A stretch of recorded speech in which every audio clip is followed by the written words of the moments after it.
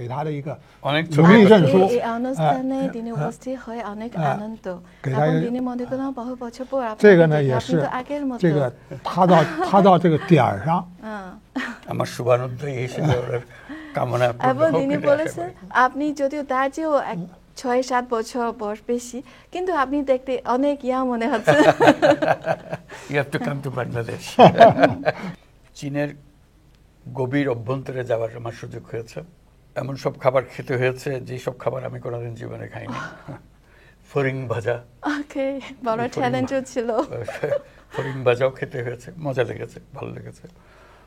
আমি এমন রিপোর্টও দেখেছি যিনি জিয়াংসু প্রদেশে গ্রাম অঞ্চলে আপনি ওখানে গিয়ে গ্রামীণ ব্যাংক উদ্বোধন করেছেন। ওখানে নারীরা আপনাকে সম্মাননী নারী সার্টিফিকেট দিয়েছেন এবং এটা তাদের জীবনে একটা বিশেষ রেকর্ড হয়েছে, বিশেষ স্মৃতি। তো আপনি তাদের জীবন পরিবর্তন করতে পেরেছেন। এখন আপনার এই প্রস্তাবিত 3.4 এবং চীনের প্রেসিডেন্ট শি জিনপিং এর প্রস্তাবিত চীনা স্তরের আধুনিকীকরণ তত্ত্ব, এর মধ্যে কোনো মিল আছে? অনেক সামঞ্জস্য আছে, বিষয়গুলো তো একই, বিভিন্নভাবে বলা হচ্ছে, কিন্তু একই ধরনের একই লক্ষ্যে আমরা পৌঁছানোর চেষ্টা করছি, অর্থাৎ একটা নতুন পৃথিবী সৃষ্টি করতে হবে। বাংলাদেশের অন্তর্বর্তীকালীন সরকারের প্রধান উপদেষ্টা অধ্যাপক মোহাম্মদ ইউনূস আজকে আমি 19 বছর পর আবার বেইজিং আপনার সাক্ষাৎকার নেওয়ার সুযোগ পেয়ে আমি নিজেকে খুব গর্বিত বোধ করি। কারণ 2006 সালে যখন আপনি প্রথম চীন সফরের সময় চীনে বাংলাদেশ দূতাবাসে আপনার সাক্ষাৎকার নিয়েছি। তো এবার আপনি বাংলাদেশের অন্তর্বর্তীকালীন সরকারের প্রধান উপদেষ্টা হিসেবে আবার চীন সফর করলেন, বেইজিং এসে আপনার অনুভূতি কি? আমার খুবই ভালো লাগছে, সবার সঙ্গে দেখা হচ্ছে, পুরনো বন্ধু বান্ধব যারা আছে তাদের সঙ্গে দেখা হচ্ছে, যেমন তোমার সঙ্গে দেখা হলো 19 বছর এর মধ্যে চলে গেল, তোমার ছবি দেখলাম, তোমার ছবি এখনো আগের মতোই। Thank you. Thank you. কাজে আমার ছবিও দেখালে, তুমি বহুদিন আগে ছবি তোলা, কাজে এগুলো পুরনো স্মৃতিগুলো আসছে, তাদের সঙ্গে কথাবার্তা হচ্ছে, আমাদের বহু কাজ একসঙ্গে করেছে, যেমন আমার বন্ধু প্রফেসর দু বহুদিন থেকে এই বিষয়ে উনি উৎসাহ নিয়েছেন, তার প্রতিষ্ঠান Chinese academy of social sciences ওনার পরিচালনায় চলে। তিনি খুবই আগ্রহী হলেন এটা জানতে, সে বাংলাদেশে আসলেন উনি বোঝার জন্য, তখন আমাদের সঙ্গে কোনো পরিচয় ছিল না, একজন অধ্যাপক হিসেবে দেখার জন্য, শোনার জন্য। সেই যে শুরু হলো, তারপর এটার প্রেমেই পড়ে গেল, আর ছাড়তে পারে নাই। এটা সারা চীনের বিভিন্ন জায়গায় গিয়ে তাদের ওই কর্মসূচি তারা প্রচার করেছে, গ্রহণ করেছে। তার মাধ্যমে এখানে মাইক্রোক্রেডিট অ্যাসোসিয়েশন অফ চায়না এরকম একটা বড় প্রতিষ্ঠানের সৃষ্টি হয়েছে, অনেকে এটার অনুকরণ করেছে, যার ফলে অ্যাসোসিয়েশন সৃষ্টি হয়েছে। তারা বাৎসরিক সম্মেলন করে, নানা উৎসব করে। এগুলো আবার সব মনে পড়ে গেল ওনাকে দেখে। আরও অনেক বন্ধু বান্ধব যারা ছিল তাদের সঙ্গে দেখা হলো এই উপলক্ষে। ওর পরিবর্তনটা তাদের নজরে পড়ছে। আগে ছিলাম আমার নিজের কাজ নিয়ে, এখন আবার কি সরকারের মধ্যে ঢুকে কি বিপদে পড়লাম সেগুলো বুঝতে চাচ্ছে তারা, কি হবে, কেমন হবে। তো সার্বত্রিকভাবে যেটা হলো, ভীষণ রকমের একটা সমর্থন সবার কাছ থেকে পেয়েছি, বিশেষ করে চীন সরকারের পক্ষ থেকে তাদের সমর্থন একেবারে সীমাহীন সমর্থন। কাজেই আমাদেরকে এটা আনন্দ দেয় যে এরকম এই পরিস্থিতিতেও চীনের সমর্থন পাওয়া, তাদের সহযোগিতা পাওয়া আমাদের জন্য খুবই দরকারি। কারণ আমরা বড় রকমের সংস্কার করতে চাই, দেশকে নতুনভাবে গড়তে চাই, সেখানে অনেক প্রয়োজন, অনেক সাহায্য সহযোগিতার প্রয়োজন আছে এবং সমর্থনের প্রয়োজন আছে। সব মিলিয়ে এই সফরটা খুবই সুন্দর হয়েছে। আচ্ছা, আপনাকে অনেক ধন্যবাদ। কারণ অনেক বছর পর আবার আপনার সামনে বসে আপনার চোখ দেখে নিজে মনে এখন শান্তি পাচ্ছি। তো আপনাকে ধন্যবাদ। তো প্রফেসর দু, তো তিনি বিশেষ করে আপনাকে উল্লেখ করেছেন এবং আপনার সাথে একটা সাক্ষাৎকার নিতে চেয়েছেন। তো আপনার মনে আপনি কিভাবে প্রফেসর ইউনুসকে মূল্যায়ন করলেন?我们是中国社会科学院农村发展研究所的。 সংক্ষেপে বলি, আমি চীনের সমাজবিজ্ঞান একাডেমির গ্রামীণ উন্নয়ন ইনস্টিটিউটের গবেষক। দারিদ্র্য নিয়ে গবেষণার সময় আমরা খেয়াল করেছি অধ্যাপক ইউনুসের নেতৃত্বে গ্রামীণ ব্যাংকের একটি দল 1976 সাল থেকে পরীক্ষামূলকভাবে কাজ শুরু করে। 1983 সালে তিনি গ্রামীণ ব্যাংক প্রতিষ্ঠা করেন, আর আমি দারিদ্র্য বিমোচন নিয়ে গবেষণা করি। আমি ভেবেছি আমরা কি তার অভিজ্ঞতা থেকে শিখতে পারি। এ কারণে 1993 সালে আমি বাংলাদেশে যাই। তারপর থেকে ইউনুসের সাথে আমাদের মুখোমুখি যোগাযোগ শুরু। তিনি অনেকবার চীনে এসেছিলেন। আমিও তার কাছ থেকে শেখার জন্য বেশ কয়েকবার বাংলাদেশে গিয়েছিলাম। তিনি আমাদের প্রকল্পগুলো পরিদর্শন করতে এসেছিলেন, আমাদের প্রকল্পগুলোকে স্বীকৃতি দিয়েছিলেন এবং অনেক বিদেশি প্রকল্পের সঙ্গে আমাদের পরিচয় করিয়ে দিয়েছিলেন। যদিও তিনি একজন অধ্যাপক, তবে তিনি দরিদ্রদের, বিশেষ করে তার দেশের দরিদ্র নারীদের নিয়ে বেশ উদ্বিগ্ন। আমার চোখে তিনি একটি সামাজিক উদ্যোগ প্রতিষ্ঠা করেছিলেন, আর এই লক্ষ্যেই তিনি সবসময় প্রচেষ্টা চালিয়ে এসেছেন। তিনি যে কেবল শান্তিতে নোবেল পুরস্কারে জিতেছিলেন তা নয়, বিশ্বজুড়ে থাকা দারিদ্র্য বিমোচন সংশ্লিষ্ট ব্যক্তি ও সংগঠনগুলো কিন্তু অধ্যাপক ইউনুসের ভূয়সী প্রশংসা করে।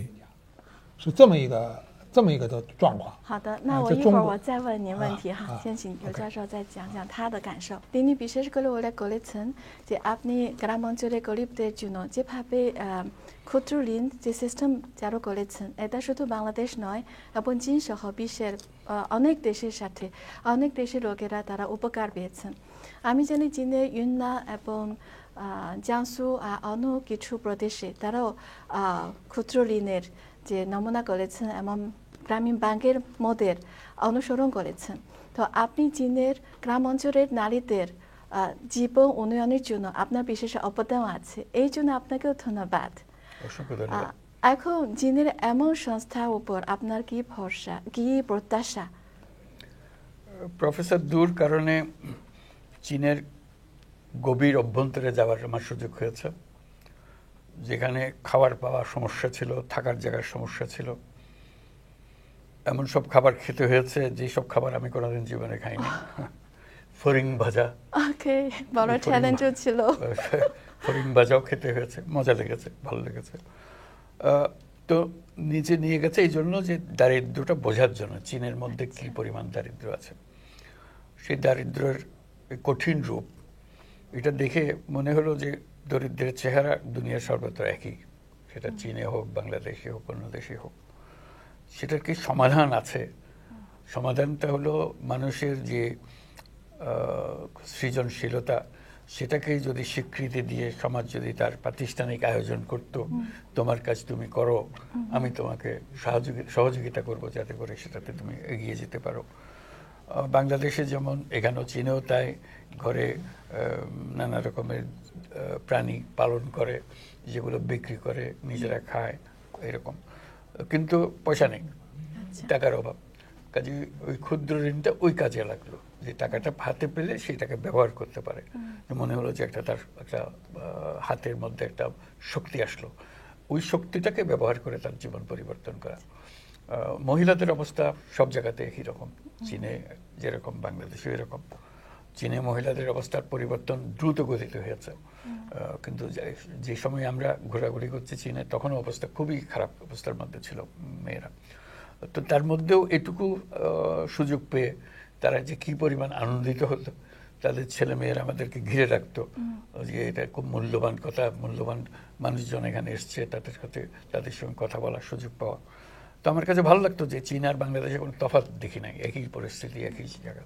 তো সেটা তিনি বুঝতে পেরেছিলেন, কারণ উনি বাংলাদেশে গেছেন, বাংলাদেশের পরিস্থিতি দেখেছেন। অনেকে ওনাকে বলেছে চীনে এটা হবে তবে না, এগুলো আমাদের এখানে চলবে না। উনি এটাতে নড়েন নাই এবং শক্তভাবে ছিলেন বলে তার অনেক অনুসারী সৃষ্টি হয়েছে, বহু অনুসারী সৃষ্টি হয়েছে, এবং সেটাকে বিরাট একটা কাঠামো দিতে পেরেছেন উনি। ওটাই ওনার সাফল্য, যে প্রথম সবাই স্বীকার করেছে যে উনি প্রথম এটাকে এনেছেন এবং সরকারকে রাজি করাতে পেরেছেন বিভিন্ন প্রতিষ্ঠান সৃষ্টি করার জন্য। তার কারণে বহু প্রতিষ্ঠান, বহু নীতিমালা সৃষ্টি হয়েছে সরকারের, সেই জন্য সরকারের লোকজন এটাকে চেনে ভালো করে। তো সেটাই এটার যে ইম্প্যাক্টটা যেটা হলো, সেটা ওনার নেতৃত্বে সারা দেশে হওয়ার জন্য সম্ভব হয়েছে। আমি এমন রিপোর্টও দেখেছি, যিনি জিয়াংসু প্রদেশে গ্রাম অঞ্চলে আপনি ওখানে গিয়ে গ্রামীণ ব্যাংক উদ্বোধন করেছেন। ওখানে নারীরা আপনাকে সম্মাননী নারী সার্টিফিকেট দিয়েছেন, এবং এটা তাদের জীবনে একটা বিশেষ রেকর্ড হয়েছে, বিশেষ স্মৃতি। তো আপনি তাদের জীবন পরিবর্তন করতে পেরেছেন। তো আপনার মনে একটা বিশেষ মায়া আছে, সেই জন্য দরিদ্র লোকদেরকে সাহায্য করতে পারেন। এবার আপনি চীন সফর করতে এসেছেন, তো বোয়া ফোরামে উপস্থিত ছিলেন, ওখানে ভাষণ দিয়েছেন। আপনার ভাষণে ওখানে চীনা দর্শক এবং অন্য দেশের অতিথিদের কাছে কেমন সাড়া পেয়েছেন? খুবই ভালো। আমি যেগুলো বলতে চেয়েছি তাদের মনে দাগ কেটেছে বলে মনে হয়। কারণ উচ্চতর স্থানে আসীন এরকম ব্যক্তি, উপপ্রধানমন্ত্রী দেং, উনি খুব প্রশংসা করলেন।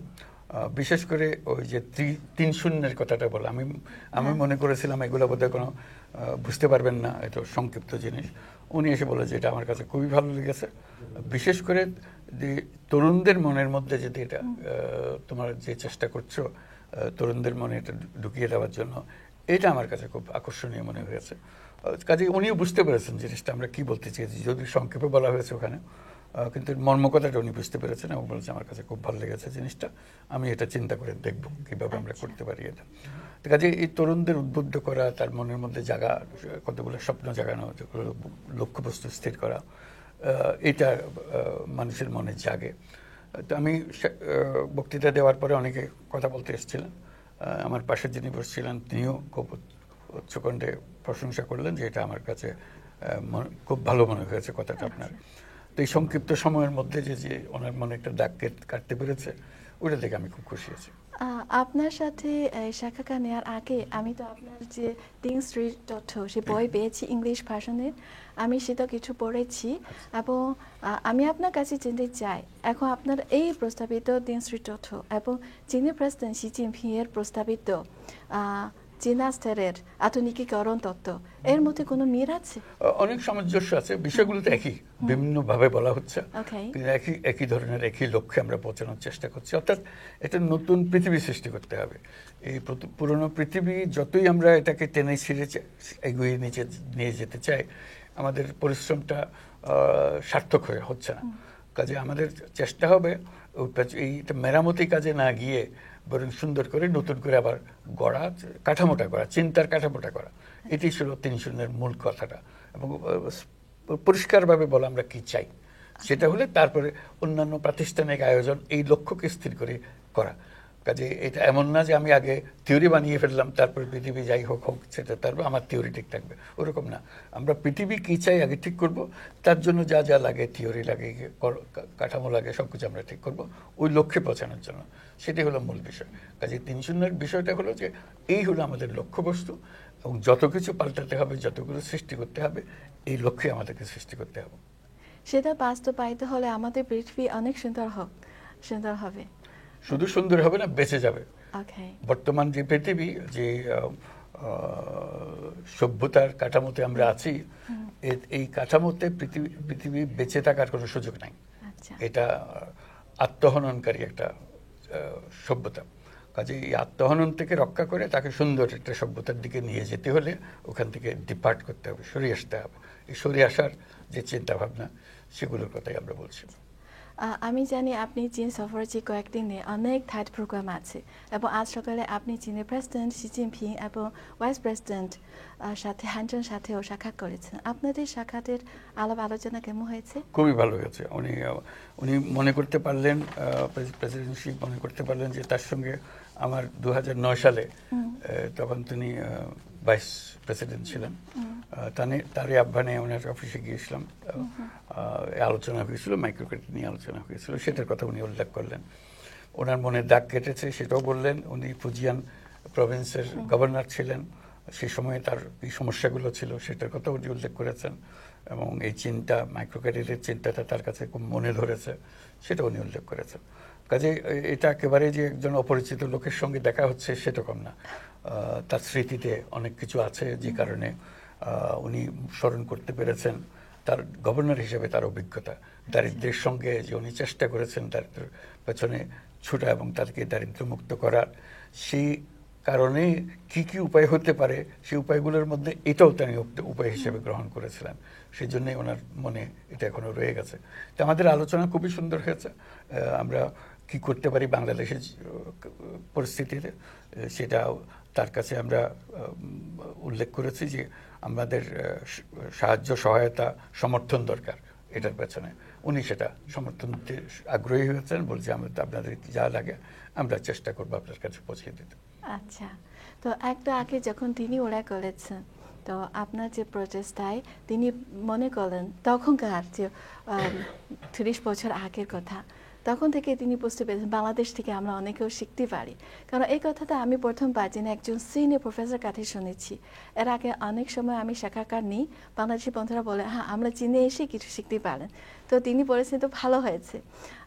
那杜教授，今天您受到邀请参加今天这个晚宴，您有什么感受？您看到尤努斯教授有什么变化吗？教授还是老朋友的老样子。 তিনি এখনো আমার পুরনো বন্ধুর মতোই আছেন, যদিও তিনি আমার চেয়ে 5, 6 কিংবা 7, 8 বছরের বড়। তার বয়স ইতোমধ্যেই 86 বছর হয়েছে, এখনো দিব্যি সুস্থ। এখন দারিদ্র্য বিমোচনের ক্ষেত্র থেকে তার দেশের রাষ্ট্রীয় নেতার পদে আছেন। তিনিও শিখছেন এবং আরও বৃহত্তর পরিসরে ভূমিকা পালন করছেন। তিনি আমাকে যে ধারণা দিয়েছেন, তিনি অত্যন্ত দায়িত্বশীল ব্যক্তি। সত্যি কথা বলতে এটা সহজ কাজ নয়। তিনি নিজের সুপরিচিত ক্ষেত্রে অতুলনীয় সাফল্য অর্জনের পাশাপাশি এখন দেশের জন্য অপরিচিত ক্ষেত্রে নতুন পথ সুগমের কাজ করছেন। তাকে আমি খুব শ্রদ্ধা করি। দেখুন, অধ্যাপক ইউনুস চীনের চিয়াংশুতে গিয়েছেন, গ্রামে গিয়েছেন। তিনি আমাদের সাথে দেখা করতে এসেছিলেন। একটি ক্ষুদ্র ঋণ ব্যবস্থার সুবিধাভোগী নারী তাকে সনদপত্র দিয়েছেন।给他的一个 অনেক 努力认输 এই অনুষ্ঠানে তিনি উপস্থিত হয়ে অনেক আনন্দ।给他 এবং তিনি মনে করলেন বহু বছর পর 这个呢也 আপনি 是 তো আগের মতো 这个他到这个点儿上，最基层的点儿上， 来来来，在这个 তাদের সাথে খুব কাছে চর্চা করেছেন এবং তিনি আপনাকে এমন শ্রদ্ধা করলেন কারণ আপনার নিজে সুপরিচিত ক্ষেত্র যে বিশেষ অসাধারণ সাফল্য অর্জন করার পাশাপাশি এখন আরেকটা বড় চ্যালেঞ্জ নিচ্ছেন এবং এটা খুব সাহসী ব্যাপার এবং খুব কঠিন বিষয়, কিন্তু আপনি এটা নিচ্ছেন এবং দেশকে একটা সংস্কার নতুন পথ খুঁজে নেওয়ার জন্য আপনি আপনার দেশকে নেতৃত্ব দিচ্ছেন। তিনি আপনাকে শ্রদ্ধা করেন।特别希望他能在这个领域里头也取得成功。 তিনি আশা করলেন আপনি এখানেও বড় সাফল্য অর্জন করবেন। আমার শুভানুধ্যায়ী হিসেবে ওনার কামনা এবং তিনি বলেছেন আপনি যদিও তার চেয়েও 6-7 বছর বয়স বেশি, কিন্তু আপনি দেখতে অনেক ইয়া মনে হচ্ছে। You have to come to Bangladesh. 所以你还请您叫孟加拉去。আজকে তো চীনের কিছু বড় শিল্প প্রতিষ্ঠান প্রধানদের সাথে আপনাদের সামিট ছিল। তো চীন ও বাংলাদেশের দ্বিপাক্ষিক সম্পর্কের মধ্যে অর্থনীতি ও বাণিজ্য একটা গুরুত্বপূর্ণ অংশ।